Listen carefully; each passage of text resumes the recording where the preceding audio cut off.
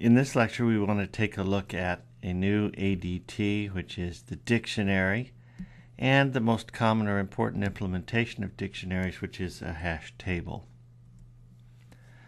Dictionaries are nonlinear structures. That is, the structures we've studied in the course so far are all linear structures. They have a concept of adjacent elements that are processed in some fashion, for instance, for a stack or for a queue. But dictionaries aren't this way. That is, there's no guarantee about the way in which data is stored in a dictionary, and they're not designed for processing sequentially, in the sense that with the stack you pop from the same direction, and a second pop will always remove the one adjacent to the first pop. However, that's not the case with dictionaries. Also, dictionaries have two parameterized types instead of one. Your data takes the form of key equal value pairs. This is an important idea. The key indicates, points to, or is a way to find the value for the dictionary. Keys are distinct, that is, there cannot be any duplicates. And each key maps to a specific or allows you to find a specific value. We call these dictionaries, though the metaphor doesn't exactly fit. The metaphor sort of fits. For example, with a dictionary you have a word and you look it up, and what you find is the definition for that word. So in this instance, the key is the word you're looking up and the value is the definition that you find. The problem with the metaphor is that in English, at least, one particular word can mean more than one thing. For instance, you might say, take the word bank. And bank can be a place where you keep your money, or bank can be the ground at the side of a river. That can be a river bank. So here we have a situation where one key maps to two different values, but this can't be allowed or supported in dictionaries in the computer. Thus, you cannot have duplicate keys. Each one is distinct and it maps to a clearly defined and unambiguous value. Another example of this in the computer terms might be something like a student read ID. You can have records that are the same, values that are the same, but not keys that are the same. I taught a class a few years back where I had 3 students in my class with exactly the same name, first, middle, and last. However, each of those 3 students had distinct read IDs. So for a student instance, you can't have 2 students with the same read ID, but you can have 2 students with the same name. So this is the idea of keys and values. The key is the read ID that is used to look up or find the student record. And you may have matching records.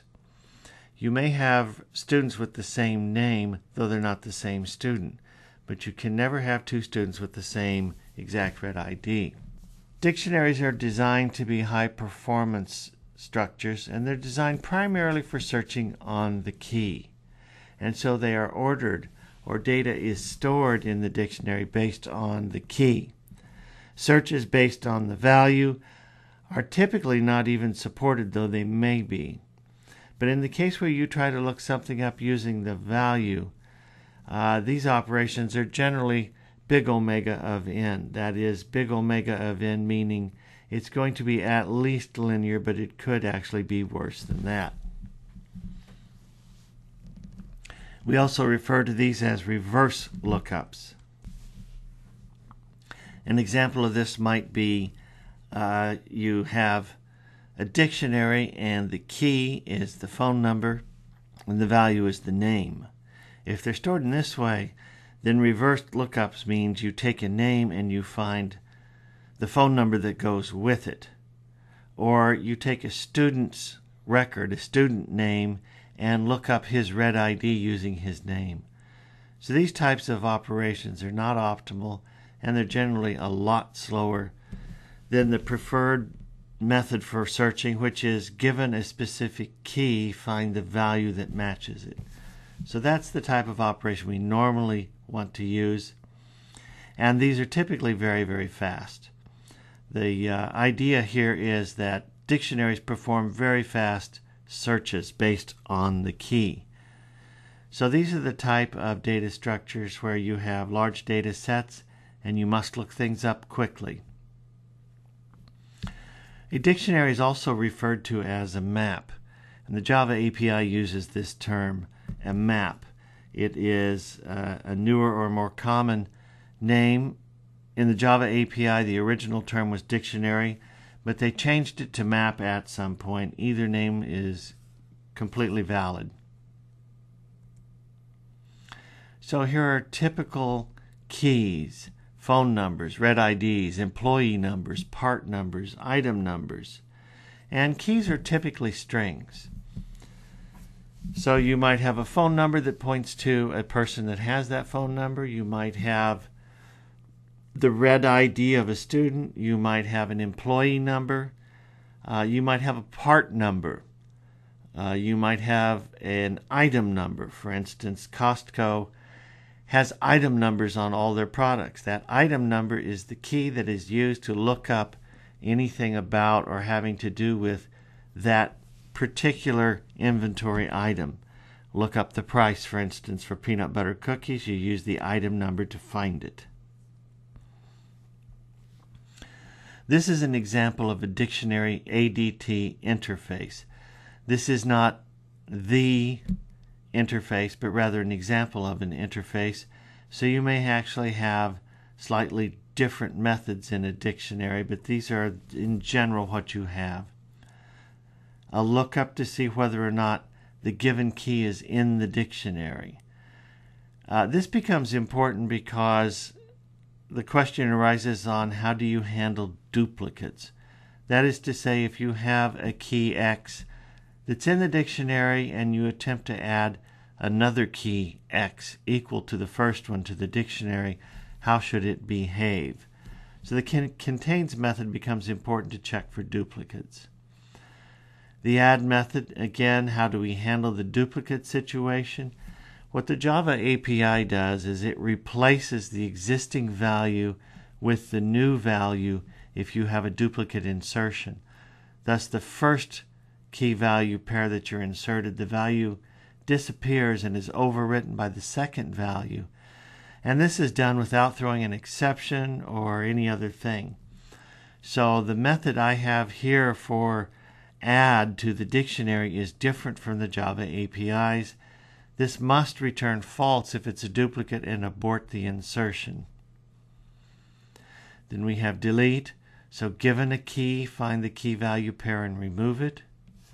Get value. This is a standard lookup. This is generally quite fast.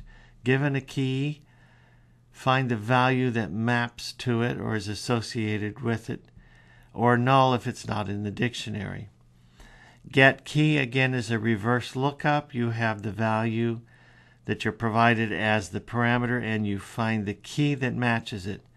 And this is typically big omega of n. This is a very slow method compared to the standard lookup where you use the key and find the value.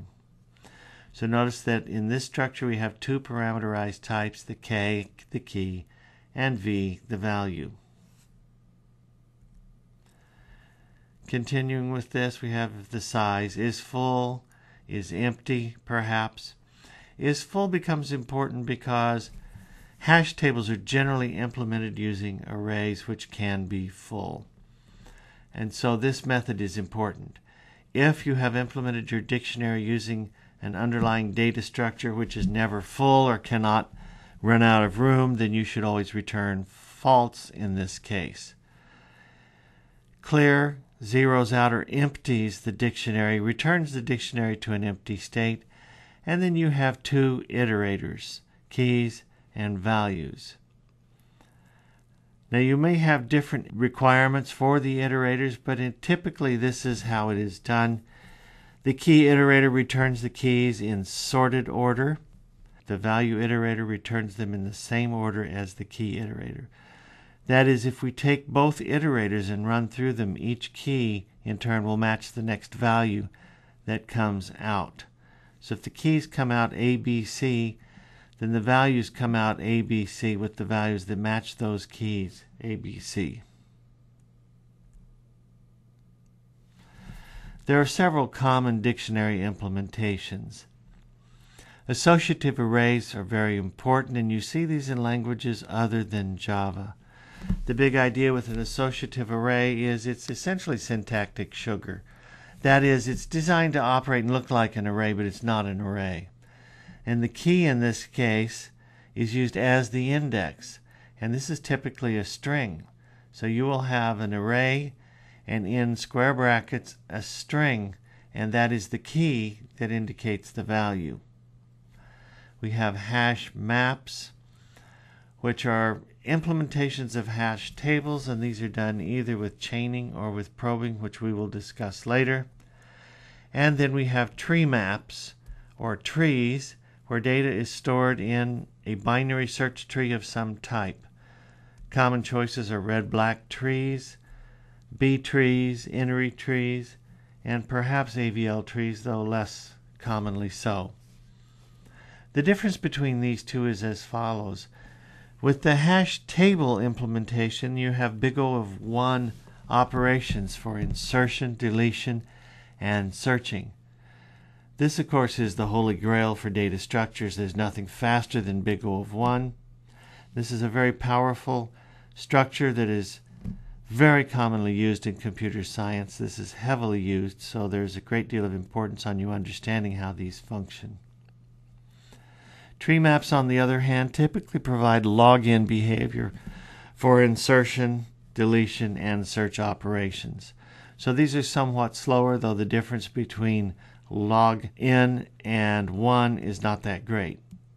That is to say, big O of 1 is faster than big O of login, but the difference is not really measurable. The tree implementations are useful because they keep the data in sorted order. However, the hash tables do not keep the data in anything even remotely resembling sorted order. So associative arrays are very common in other languages. You will find associative arrays in things like shell scripts, maybe JavaScript, PHP. And what you note here is that the index is actually a string. For instance, we have a color here, an array of colors, and the entry or the key is red, and the value is the hexadecimal triplet, the red, green, blue values that go with it.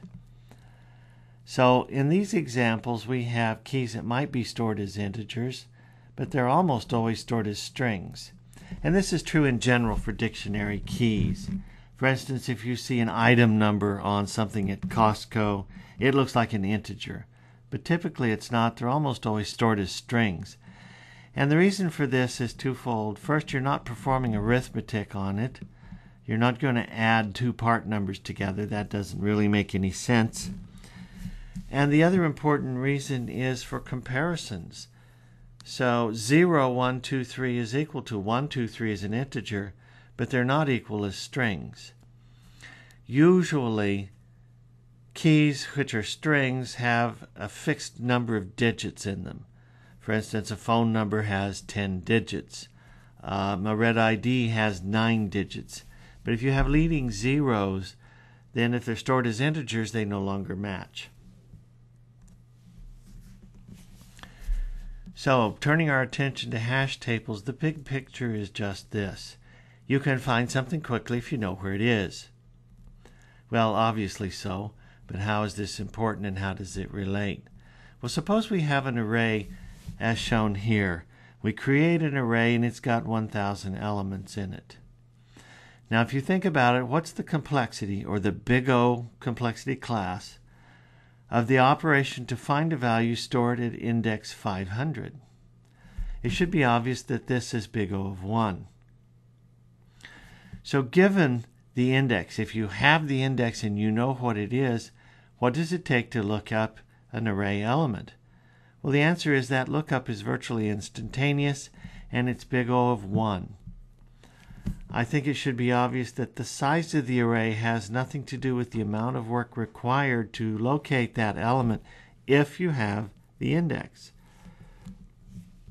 So the question then becomes, does it take the same amount of time to find the element at index 500 if the array is size 1000, or the array is size 1 million, or even if the array is size 1 billion?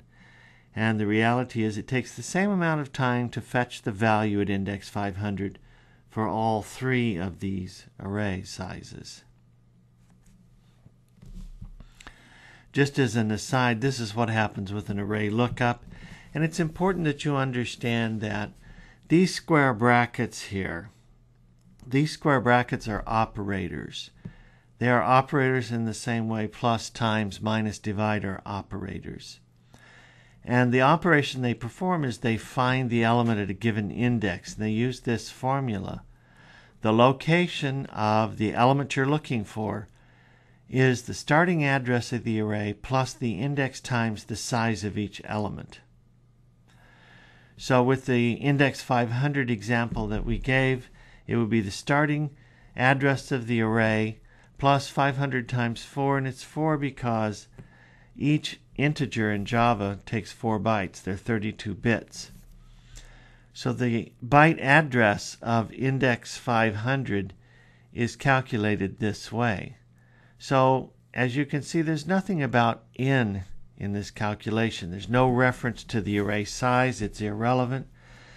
And because there's no reference to the array size, because the input size of the array size is not used, this is a big O of 1 operation. So if we can store our data in an array and we have the index, we can do the lookup in big O of 1 time. This is a great idea and is very helpful, and we use this in some fashion to implement our hash tables. However, there's certain problems we need to address. First, we need integer indices. Strings aren't really an option. Java doesn't allow the use of strings for an array index. Well, to get around this, it's possible that we can come up with a method for converting strings to integers. So you might, for instance, use ASCII codes. So here we have the ABC, and the ASCII codes for ABC are in hexadecimal 41, 42, and 43. So we could just take those and concatenate them together to make an integer, 41, 42, 43. Or we could go ahead and say A is 1, B is 2, and C is 3. Do this by subtracting 40 from each of them. So that would give us 1, 2, 3 for ABC. This doesn't completely solve the problem, though. So basically any key can be represented as an integer, but even if you have integers, very often the range won't work. So as an example, suppose the key is a phone number, such as what we have here, 619-552-5151. This can be the integer value 6,195,000,000 and so on. So then we would have this as the index into our array. But if we do this, we need an array of size 10 billion for this index to be valid. So already we have a problem. Suppose this dictionary contains phone numbers for a town of 5,000 people. Then how much wasted space do we have in the array?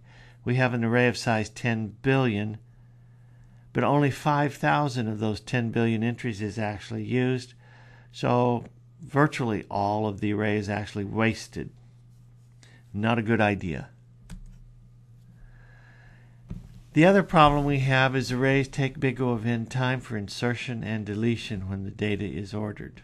Of course, we have big O of 1 insertion at the end of an array, or we have big O of 1 deletion from the end of an array. But if you're not inserting the data at the end, then you have to shift, which means you're going to have a big O of n operation to shift or manipulate elements. And so to get a fast solution, we're going to have one that does not involve any shifting or movement of elements in the array. Again, as I mentioned, the goal here is to get the fastest possible performance, and it turns out that using an array to hold the data for a hash table can be used, and in fact we can do this and get big O of 1 time for insertion, deletion, and search operations. The solution to this problem is hashing. So we solve these problems by using a hash function or a hash method. A hash function takes a string key and converts it into an integer. It does this in a generic way, that is, any string key can be taken as input. Then you have this black box, which is a hash function, and the output is some 32-bit integer. So there's certain properties we want of our hash code method. We want to allow any string object to be used for input. The output, and we're talking about Java specifically here, the output is a 32-bit integer. And of course the range of values for 32-bit integers is given here, minus 2 billion something to positive 2 billion. Java does not support unsigned numbers, so a hash method may actually return a negative number. It's important to be aware of this because if we're going to use this return value as an index to an array, we can't have a negative one. But half of the numbers we get back are going to be negative, so we will need to deal with this problem. So any 32-bit integer can be returned. And then it's really important that the hash function return an even distribution of keys. That is, given some arbitrary string input S, all outputs are equally likely. That is, there's no bias. It's not more probable that an input will hash to a specific location than any other, that the probability of all outputs is equally likely. So the probability P of an input string mapping to a specific integer n is the same as the probability that it will map to the integer n plus 1. So they're all equally likely. The method must be repeatable. Given an input str, then the method will always return exactly the same integer. And it must be efficient. We should add that if objects compare as equal using the Java compare to method, then they must return exactly the same hash code. And if the object implements the equals method, then equals must return exactly the same hash code. That is, if you have two objects A and B and they are equal as determined by the equals method, then they must return the same hash code. The Java native method is given here. This is public int hashcode is the signature. This method exists in class object, which is the top level hierarchy. Thus you do not absolutely have to implement or override this hashcode method, but you should if you don't have a hashcode method available that's not in this upper level or top level object class. The reason is there really is no absolutely generic way of determining a hash code. The best hash codes can be obtained when you know something about the object you're hashing. The Java language actually implements this hash code by using the address for where the object goes in memory, and it turns out that this is a pretty good way of doing a hash code. However, it's not optimum because, again, there is no real way to use a generic solution for every type of problem. So this hashcode method that exists in class object should be overridden in the class of object that will be stored in the dictionary, but not in the dictionary itself. This is a very important point, and this is a point that students get wrong. Hash tables do not have hashcode methods, period. The objects that are getting hashed, the objects that are being stored in the dictionary, will have the hashcode method. So this hashcode method is going to return any of the 32-bit integers, including negatives. And the hash table is going to call the hashcode method to get this hash code and then transform it into an index. So what I have shown here is what actually goes in the hash table class. You call hash code, but you don't write the hash code method in hash table. So this is kind of analogous to using compare to. When you created your linked list, you did not write class linked list implements comparable. The linked list doesn't implement comparable. If you implemented comparable in a linked list, that would mean you were going to compare two linked lists to see if they're equal, or one linked list is bigger than the other.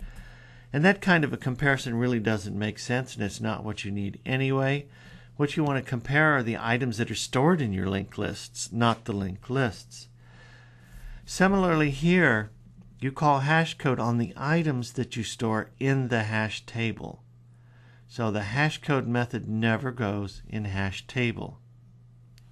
If you have a string that represents your keys that you're storing in the hash table, then the hash code has to go in that string class, not here. But you call it. There's a separation here of the logic. The items that are going in the hash table has the hash code method. But in the hash table, you actually take this hash code and transform it into an index. The hash code method returns a 32-bit integer. There's a separation of functionality here that I want to call your attention to.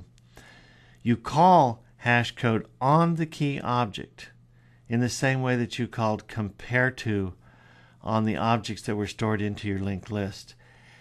The hash code returns a 32-bit value, but you're not going to create a hash table of size 2 billion for every problem. That makes no sense. So on the key we get the hash code, but then inside the hash table, in this method here, this private method goes in the hash table. You retrieve the 32-bit key, and then you cut it down to size. You mod it with the size of your table, and you will get the integer index. So you have hash code in the object going in the dictionary.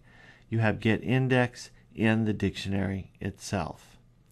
A comment about this code: once we retrieve this hash code, it might be negative, and roughly half of them are negative. Well, we can't have a negative index to an array, so we use this bit mask, and we AND this. This is a logical AND.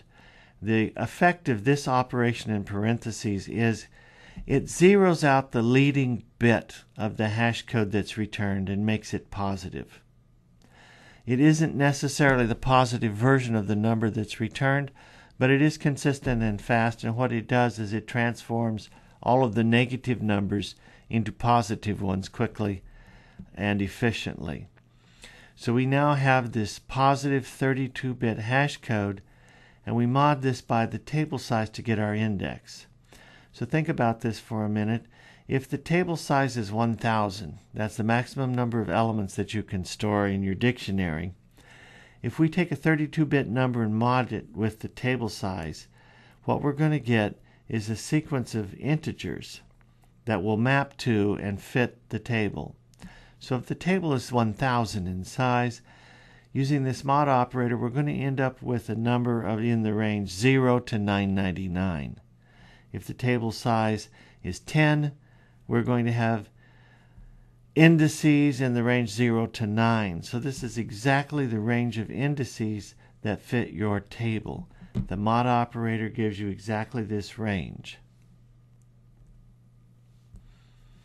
So there's a problem we have sidestepped so far, and we need to go ahead and talk about it now, and that's the problem of collisions. So suppose that this key is a 10-letter string. So with 10 characters, there are 26 to the 10th possible values. So that's a large number of possible keys, yet the output space is much smaller. So here, 26 to the 10th is the key space. This is the possible variation or possible number of keys that you can have, the permutations. But 2 to the 32nd is actually the output space. This is the 32-bit integer output, and it's a much, much smaller space. So we have a very large number of values that are transformed into a very small set of values, relatively speaking. In other words, given this example, there would be about 32,000 keys for each 32-bit integer if we take all possible keys. So it should be obvious then that we're going to have multiple keys mapping to exactly the same integer index. Well, of course, you're not going to actually have 26 to the 10th power actual keys, but the implication of this is that you're going to have a situation where very, very different keys map to exactly the same hash code. It's going to happen. It's not only likely, but it's absolutely certain that it will happen. So we have a situation where you might have something like this. You have as a key John Smith, and you get the integer 1,234. And then you use William Jennings, and you also get 1,234. You have Sally Doe, and that generates 1,234. Or even just XYZ, and that also generates 1,234. Not only is this possible, but it's certain that it will occur. Collisions always occur. This is the difficulty that we have with hash functions. We are going to have duplicate indices that show up, or duplicate hash codes. And we're going to have to deal with this situation in some fashion. So we have to develop a strategy to mitigate the problems that come from collisions. So again, a collision is the case where two very different keys are transformed by the hash code into a 32-bit integer, and both of these very different keys generate exactly the same hash code. Now, since we will be using arrays to store elements in the hash table, it should be obvious that you cannot store multiple things in the same location. It's not possible. You can only have one thing at each index. So we're going to have to deal with this problem. Mitigation takes two different forms, or there are different ways to approach it. First, you have to develop a very good hashing code or hash method that provides as even a possible distribution of the keys given some arbitrary string input. The next thing we want to do is make the dictionary larger than the maximum number of elements we expect. In other words, we're going to waste space so we can lessen the impact of collisions. And finally, we're just going to accept the fact that our best efforts to prevent collisions will not be successful. We will always have collisions, so we need a strategy that will allow us to handle these collisions and store multiple pieces of data at the same index. So we want to look at a few of the common hashing methods. And the idea is a simple one. We're going to take a string as input, and we're going to transform it into a 32-bit integer for output. And we want to do this in such a way that all of the 32-bit outputs are equally likely.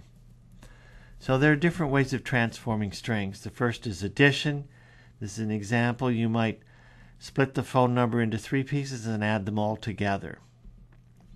Multiplication, the idea is the same, but in this case you multiply the three pieces together. Folding, you add different parts of the key together and perhaps multiply those parts. There are others. Another common one is using XOR with various parts of the key. The best method, the most useful method, and the one that provides the most even distributions is typically the exponentiation. Positional notation is typically used when we refer to integers, but we can use the same idea with strings. Suppose we have the integer 1,234. We can rewrite this as 1 times 10 cubed plus 2 times 10 squared plus 3 times 10 to the first plus 4 times 10 to the 0. In other words, 1,000 plus 200 plus 30 plus 4. We can use that same idea with strings. A, B, C, D is equal to. So what we're doing here is subtracting 40 from each ASCII character. 41 here is the ASCII character for A. So we're transforming this actually into 1, 2, 3, 4 by subtracting 40 from the ASCII code. So here we have 1 times 10 cubed, 2 times 10 squared, 3 times 10 to the first, 4 times 10 to the power 0. So you can take a string and you can use this as a way to generate the hash code. There are dozens of different types of hash codes that are available. A great deal of research has gone into developing good hash codes. There are a lot of different ones. The best hash codes come about when you can take into account some aspect of your actual problem. So we can return to this example of the town with 5,000 people. In this case, we can make the following assumptions. We need to have a dictionary with phone numbers for all of these people. All numbers start with the same area code and prefix. So only the last 4 digits change. Well, we could use these last 4 digits as the array index, and then we won't have any collisions at all. We'll have 0 collisions because 2 people can't have the same phone number. So this way we'll have the index in our array with 0 collisions, but the cost will be we're going to have 50% wasted space. That is, we need an array of size 10,000 for 5,000 numbers. And so in this way, the indices are actually the last 4 digits of the phone number, and this is a fairly efficient and clean way of doing it. So this is a rare case. This doesn't generally happen.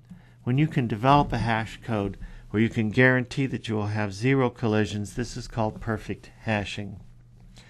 This is almost never attainable. In general, however, some form of exponentiation is the best way to do a hash. It gives you the most even distribution of the outputs. So the hashcode method goes in the class of objects stored in the hash table. I've said this before, but it bears repeating because it's often something that students get wrong. The string is almost always a key. In this case, you can just use the method that already exists in class string. That is, class string exists in the Java API, and it has a number of methods that have been written and provided. And in fact, the Java language designers have made the class string final to prevent you from extending it and adding things. You take it as it is. However, it does have a hashcode method that's already written, and it does use the exponentiation method to get the 32-bit integer. So you can just call it. In some cases, you may have keys that aren't actually strings, but some more complex object. I've given an instance of this here. If this is the key, this my key object, then you have to put a hashcode method in it, but you can do this by just calling hashcode on the string identifier. So if the object is a string, you can just call this hashcode method rather than writing your own. So I have a few charts here to show you distribution of keys across the key space using various hashing methods. So the goal, of course, is to have more or less even distribution of the keys across the entire index space. So for these examples, each dictionary is size 1000, and then we look to see how many collisions we actually have. So the ideal situation here would be to have 1,000 cells in our table, and each cell has precisely 1 element, or no collisions, and a perfect even distribution. Here's the multiply method, and it turns out that only 12% of the cells have any elements in them. Here we have 880 or 88% of this table is essentially empty. But this is not as bad as it seems. The worst case scenario, one cell has 67 elements, not great, but we do have a distribution of the elements that's decent but not great. The folding method is better. Here 35% of the data, or the table rather, actually has data in it. The largest entry here where there is data is 2 elements, and this is not a bad situation. This is certainly manageable. The worst case, 4 cells have 7 elements. So again, this is not ideal and it's not optimal, but it's not dreadful. It is certainly better than the preceding multiply method, but it's not ideal, but it's pretty good. Here's the exponentiation method. So 70% of the cells have elements in them and 30% are unused. But the worst case scenario is cells with 3 elements and there are only 20 of those. So this is really quite good. This is the Java native method. This is calling hash code method on the data without writing your own. And in this case, the behavior is very similar to exponentiation, though it's somewhat worse. Notice 61 cells have 3 elements, but with the exponentiation method, only 20 have 3 elements. So you can do a better job if you know something about the problem. This is the behavior you get if you don't override the hashcode method in class object. Conclusions. Hash tables are dictionary implementations. Dictionaries use key value pairs and are used primarily for searching, but they provide big O of 1 insert, delete, search operations. Tree dictionary implementations keep entries in sorted order, but hash tables don't. In hash tables, the data is ordered based on the hash code that comes from the key. Hash tables store elements and they're based on the key, so they're logically ordered in that fashion. If you need ordered data, you have to sort with a hash table. And again, we've said this several times, but it bears repeating because it's something students often get wrong. Hash code methods never go in hash tables. They go in the class, whatever the key is, that's where they go. Hash tables take a hash code and map it to an array index. Again, the analogy we have used, this is very much like using compare to in a linked list. You don't implement comparable in a linked list. You call or use compare to in a linked list. Well, where is the compare to method written? The compare to method is written in the class of objects that actually goes into the linked list, but it is not written in the linked list class. And the idea is the same here. The hash code method goes in the objects that are stored in the hash tables, but never in the hash tables themselves. So hash tables take a hash code. They invoke the hash code method on the key, take the 32-bit value that they get, and map it to an array index, usually with the mod operator. A collision is where 2 or more keys generate exactly the same hash code, which map to the same index. This is a collision. These are inevitable. They will always occur.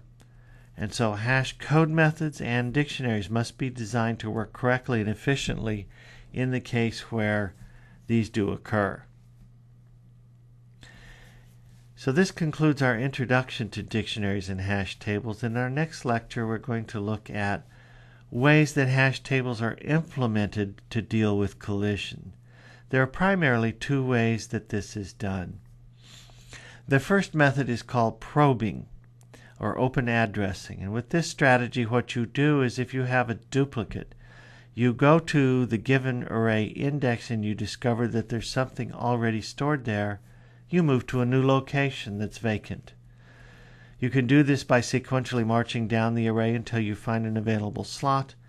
There are different strategies that can be used, but essentially there is a set of rules or heuristics you use so that if you encounter a cell that's not empty when you need to store something, you follow those rules to move to an available open space. So again, this is called probing. The second strategy, which is the more useful strategy, is called chaining. With chaining, what you do is create an array of linked lists. Linked lists can hold more than one thing. Therefore, if you have more than one objects that hash to exactly the same location, that's not a problem because you're going to store them in linked lists at that location. So you're actually going to have an array of linked lists, and each linked list can hold multiple items as required by the hash code that returns from the objects.